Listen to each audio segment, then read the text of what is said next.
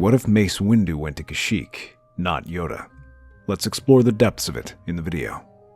Mace Windu observes the battle lines forming below on the Kashyyyk coastline. He sees row after row of clones in trenches and orderly lines. There were thousands of them, and yet it was the men who were missing that got his attention. From each battalion there was platoons missing, pulled back into some hidden locations. Mace frowns as he touches down and approaches the staging zone, where he sees the cause of this chaos: Quinlan Vos. The Jedi smiles at him and waves him over. Master Windu, I wasn't expecting you to be the one they sent here. Master Yoda insisted that I be sent. He said they could not ignore the droid attack on the Wookies, but that his attention was necessary on Coruscant. It seems the situation requires my attention. Where are the rest of your men? Hiding back in the forest. They're waiting for the droids to advance into the forest. They will not reach the forest if we are at full strength. I understand you were selected for this mission because of your expertise in jungle warfare, but we must engage in this battle carefully. One misstep and we could lose the entire sector. This is chaos masquerading as a planet. Discipline and coordination wins this war, Quinlan, not jungle theatrics. Tell that to the jungle. Tarful approaches, and Quinlan smiles, exchanging a forearm clasp with the Wookiee. They speak briefly in Shiriwook. The chieftain barks a laugh and pats Vos on the back hard enough to stagger a clone trooper nearby. Mace watched, his expression unreadable. The Wookiees respect strength, not showmanship. They respect trust. You order them around like troopers. I fight beside them like brothers. A long silence. Mace turns back to the holotable, gesturing to a cluster of red markers blinking on the holographic map. Enemy battalion massing across the river. We will wait for them here and let them batter their forces against our lines. Coordinated and swift. No improvisation. 2 days later, the mist curls along the jungle floor as sunlight barely pierces the dense canopy. Republic trenches, camouflaged bunkers, and turret emplacements lie in quiet anticipation. Clone troopers stand poised, weapons ready. Wookiees perch high in the trees with bowcasters drawn, silent as the forest around them. Their vehicles remain on the branches, ready to join the Republic armor in battle. At the center of it all, Mace stands on a command platform, his robes immaculately clean despite the humidity. He surveys the battlefield through microbinoculars, unmoving. From just beyond the river, the droid forces begin to appear from the waves. Hold the line. Let them come to us. The steady thrum grows louder, mechanical, unrelenting. Trees tremble, birds scatter. Then, like a wave breaking through the brush, hundreds of B-1 battle droids, super battle droids, and NRN-99 tank droids pour from the tree line, blasters blazing. Explosions tear across the field, but as they advance, they're met with careful blaster fire from the clones behind the trenches who fire in organized volleys. These are followed by artillery barrages that blow holes through their tanks and decimate their tank formations. Sector 2, suppressing fire. Sector 3, a staggered retreat. Stay in formation. Turrets whirl to fire. Wookiees drop thermal grenades from the trees as their catamarans zoom down and open fire with turrets. Clone troopers dug in and out of cover, perfectly executing Mace's tactics. And just as planned, the droids fall in droves, leaving the shoreline littered with sparking bodies. They're breaking formation, General. They're scrambling. Droids are predictable. Press the advantage, but do not overextend. Drive them back across the river, but do not pursue. Suddenly a roar from the jungle's rear, and then an explosion from the far side of the river, where CIS dropships have landed. Confusion erupts in the droid ranks, and Mace is equally puzzled. He zooms into the site of combat, and then his confusion turns to annoyance. A new wave of combat emerges. Not droids, but Wookiees and clone squads painted in jungle camo rushing the droid line from behind. At the front, Quinlan Vos leaps through the battlefield, his lightsaber flashing. He moves, leaping from droid to droid like a jungle predator.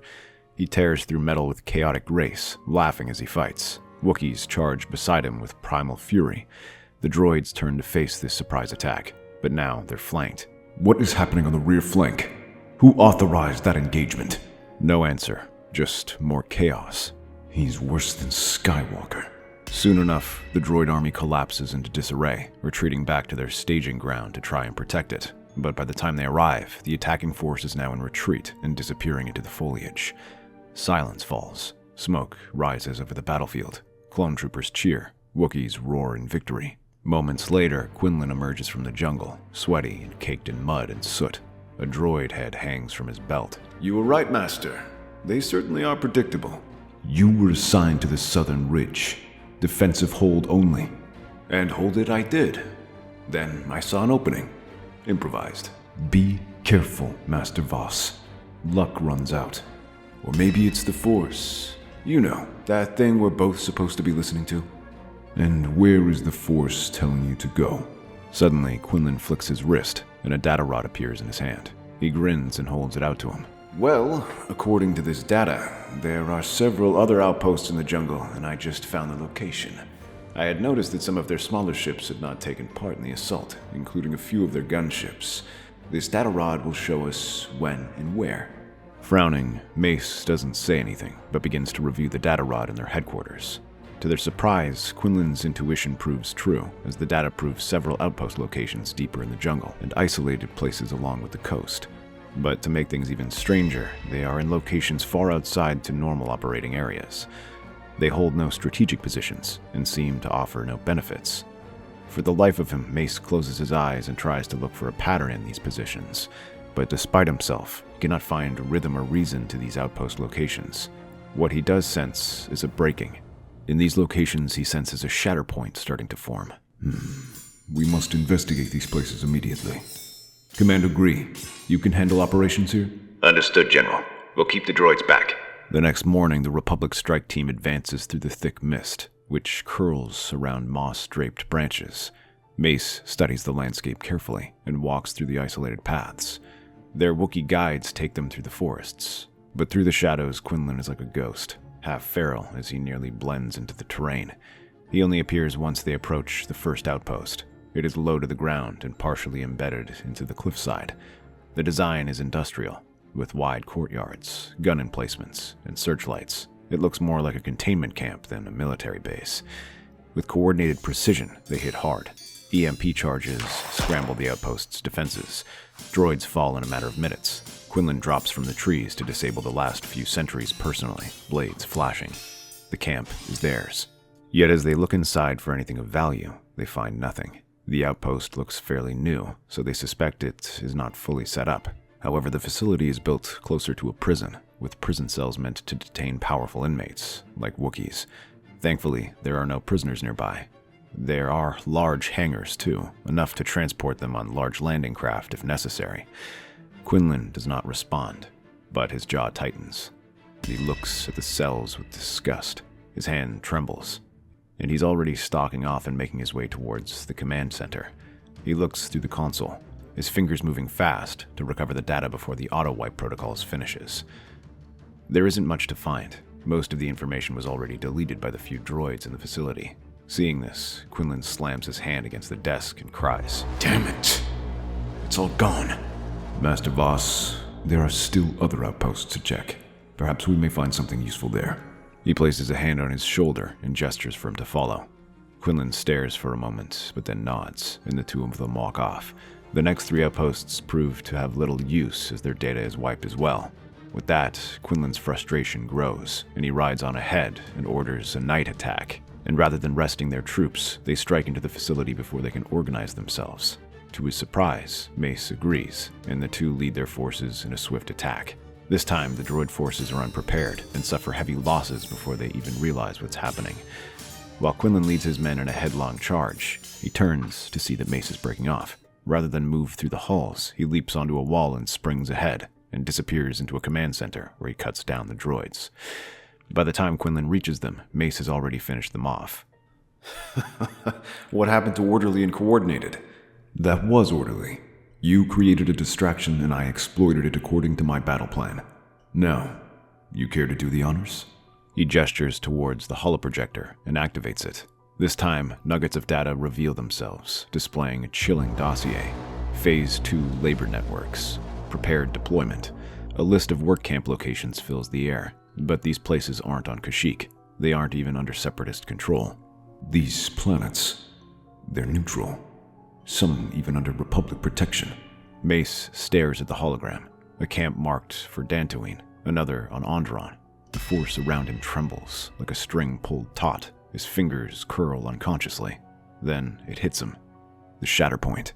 However, news of these outpost attacks reaches the droid commander, Kalani, who decides to counterattack where it will hit the most.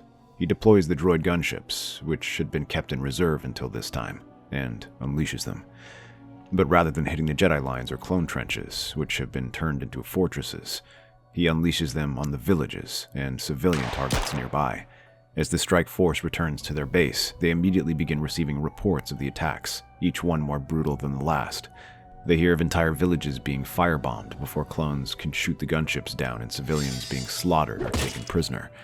As they try to fight these fires, droid forces come in and round up the survivors, carrying them off before they even realize what's happening. Quinlan sees all of this and finds himself falling into a rage. Mace Windu stands over a holographic map, brows furrowed. The Shatterpoint hums beneath his feet. Threads of fate tightening like a web of blades. Commander Greed relays damage assessments. It's worse by the minute. This is deliberate. Psychological warfare. Kalani wants us off balance. It will not work. But before he can say any more, Quinlan rushes down the tree, gathering his troops and preparing to move out. We're sitting here while they torch another village. We're Jedi. What happened to protecting the innocent? We are protecting them. But this war is bigger than one village. The camp plans we discovered. Children are burning out there, Mace. They need us now. Commander Gree will continue the ground operation. Commander Gree is failing. I won't. Quinlan doesn't wait. He turns and leaps onto a passing speeder, rallying nearby troopers and Wookiees. Moments later, they're tearing through the trees, counterattacking droid lines, pushing them back into a wild, fluid assault. He fights all night as Mace tries to learn more and coordinate his forces. He gathers what air forces he has and shoots down gunships, spreads his troops out into the surrounding villages to ambush their forces, and runs himself to exhaustion. But as the sun rises, the news only gets worse as a distress signal comes through. One of the major cities is under siege. Quinlan hears it first, and his heart drops. Without a word, he veers off course. Mace watches him go, and for the first time, the Force doesn't whisper guidance. It shrieks. Shatterpoints flare around him like glass breaking, the Force stretched taut across 1,000 fates.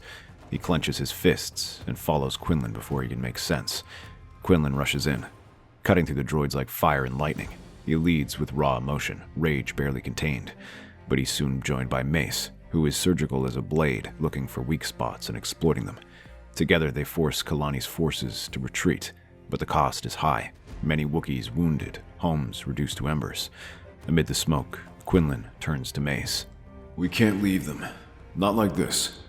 The droids gambled much of their offensive power on this attack. They will not be in a position to lay siege to another city again. Now is the best opportunity to investigate these places. Master, open your eyes. The Force is telling me we need to be here. No, the whole galaxy is screaming to me that we cannot let this continue. But you're too focused on some abstract threat. You think I don't care? Every moment I've been here, I've felt this planet bleed through the Force. And if we don't stop what's coming, this will happen across the galaxy. Tarful approaches, singed but standing tall. He speaks deep in Shirawook. Quinlan listens, nods slowly, then translates. He believes you. The Klatuvak Guild knows secret hyperspace routes fast enough to reach some of the locations on our list. As fires burn low and Wookiees tend to their wounded, Mace and Quinlan stand in silence, watching stars blink through the smoke. The anger hasn't vanished, but there's a new understanding between them. Commander Gree begins reorganizing their forces and promises to prevent future attacks, using the tactics that Quinlan showed them. While reluctant to leave Kashyyyk, the Wild Jedi Master agrees. As their ship takes off, Mace and Quinlan are accompanied by several Wookiee warriors to help them. But while traveling, neither Jedi can truly shake off their anxiety. Eventually, both find themselves on the bridge of the ship. Master Vos, I must admit, you were correct about your intuition. It seems like you've managed to greatly aid us in this mission. Thank you, Master Windu. I know this must be difficult for you to admit. However, I will admit as well, had you not spoken to me, I probably would not have taken this rumor seriously as well and remained on Kashyyyk. Soon enough, they approach Dantooine, where they descend upon the coordinates where the facility is supposed to be. And yet, this facility is larger than even the one on Kashyyyk. The halls are dim and echo with the soft hum of inactive machinery. They slip past sensor turrets and patrols, Quinlan blending into the shadows, Mace silent but rigid, his eyes scanning every corner. They enter a central processing room. Unfinished scaffolding hangs over a massive pit meant to funnel laborers in and cargo out. They manage to slip through the control center, where they begin to download the blueprints. Mace stiffens, studying the plans. This place isn't merely a holding facility. It is an entire work camp to hold them for forced labor. The two Jedi realize it isn't merely to take prisoners, whoever is doing this. Quinlan slides to a console and begins slicing through firewalls. Schematics flood the screen. Vast cargo lifts rising to orbital docks, mass containment pods, population tracking protocols, labeled Wookiee worker units. This isn't a prison. It's a supply chain. Not for battle droids. For something worse. Mace begins downloading other files. He taps deeper. Material requisitions, cargo manifests, crate serials, kyber crystal containment, classified transit. Mace feels the force twist. A shatter point forms around this moment. Fragile, but sharp. They're building something. Bigger than war. I've got the archive. Let's see who's signing the checks. They huddle around a portable holotable. As the archive decrypts, finance logs spill out. Construction budgets, shell company payments, vast shipping orders moving through legitimate Senate-authorized funding channels. Mace's face darkens. Every trail leads to the same authorization codes. Energy project funding, cleared through the office of the Supreme Chancellor. He's not preparing for peace. He's preparing to enslave them. We must stop them. If the Chancellor is behind this, we cannot let them build whatever this is. When they report this to Yoda, they are surprised to learn that the Grandmaster has already started suspecting that Palpatine is a Sith Lord, and he has been trying to manipulate Anakin for some time. He's requested that he serve as his aide to the Jedi Council, and has secretly been trying to sow the seeds of distrust. Now they have proof to confront him. The only problem is convincing Anakin to go along with it. Anakin Skywalker stands alone before the holoprojector as Mace Windu, Quinlan Vos, and Yoda step in. Mace carries a data tablet, the one that proves everything. Masters, you wanted to see me? You said it was urgent. It is. We have proof. Evidence gathered from a separatist labor facility on Kashyyyk. This isn't just war, Anakin. He activates the projector. Schematics flicker into view. Industrial lifts, kyber transport units, and prisoner processing systems. This wasn't built to end a war. It was built for what comes after. For the Empire. Schematics aren't enough. You're asking me to believe the Chancellor, the man who's guided us through this war, is behind all of this? He's not guiding us. He's manipulating us. These funds are tied to Senate black budgets, pushed through by emergency powers. Only one person could have authorized them. Long suspected this, I have. A shadow in the Force. Palpatine. Its source, maybe. No. He's always believed in me. Besides, it says Office of the Chancellor. That could mean one of his staffers. He's using that. He sees your fear, your need for control, your anger. He's shaping it. Anakin, they're going to enslave an entire species. Wookiees, others. Think about that. Think about where you came from. That hits like a seismic charge. Anakin's shoulders tense, his eyes drift, haunted. Then we confront him and put an end to this. Tonight. The doors slide open with a hiss. Palpatine turns from the window, his usual serene expression faltering as he sees them. Mace, Yoda, Quinlan, and Anakin enter as one. What a surprise. I wasn't expecting company. Master Windu, Master Vos, I was not expecting you back so soon. It's over. You assume too much, Master Windu.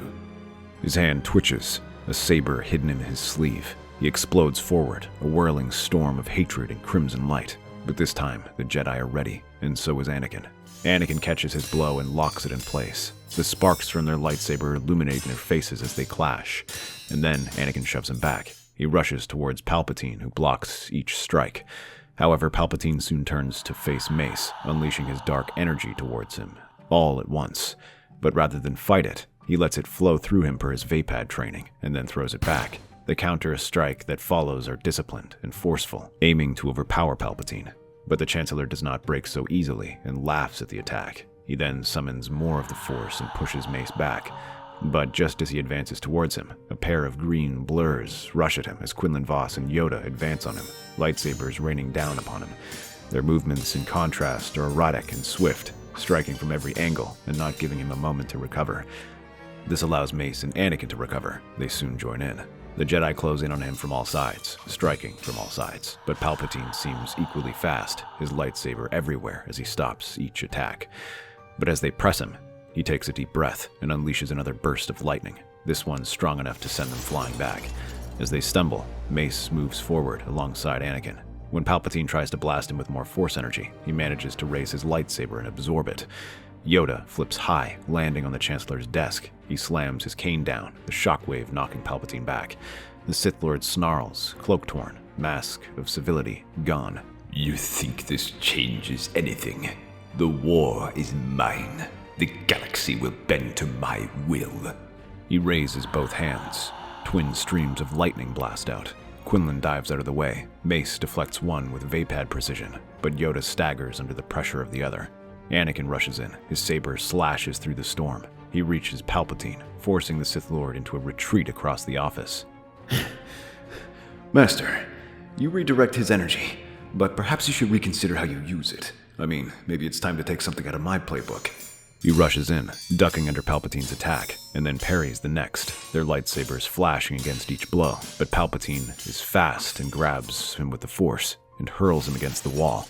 Yet, as Vos struggles, Anakin and Mace rush in, and the older Jedi throws himself into combat, his precise lightsaber strokes forgotten as he trades it for wild strikes. Each time he absorbs the dark energy, he does not refine it, but unleashes it in full force. Suddenly, Palpatine finds himself struggling as Anakin takes the chance to press him. Seeing this, he glares at the boy. They do not trust you. They never did. You're stronger than all of them. Take your place at my side. You enslave. You lie. You twist everything. I was a slave once. I won't ever let that happen again. He brings his saber down. Palpatine barely blocks it, teeth gritting in a feral snarl. Mace flanks him, locking blades again. Yoda uses the Force, slamming the floor beneath Palpatine, staggering him. Quinlan returns, wounded but grinning, and throws his saber. Palpatine dodges, but it gives Anakin the moment he needs. Anakin drives his blade through Palpatine's chest. Palpatine collapses, smoke rising from his robe. The lightning fades. The storm outside eases into rain. With the Chancellor dead, the group quickly begins reviewing his files and soon finds connections to the slave camps under construction, showing beyond a shadow of a doubt that Palpatine was connected. The Senate is stunned by this and immediately begins taking steps to realign powers back to them and the people under Padme's stewardship. Mace opts to return to Kashyyyk with Quinlan to help rebuild the planet and also refine his Force abilities. After encountering the Sith, Mace realizes he must also get in tune with his wild side and understand how to unleash it properly. That's our theory. The Star Wars universe is a galaxy filled with exciting stories and possibilities, and we love exploring them. If you want to accompany us on this journey to a galaxy far, far away, then please like, share, and subscribe to our channel.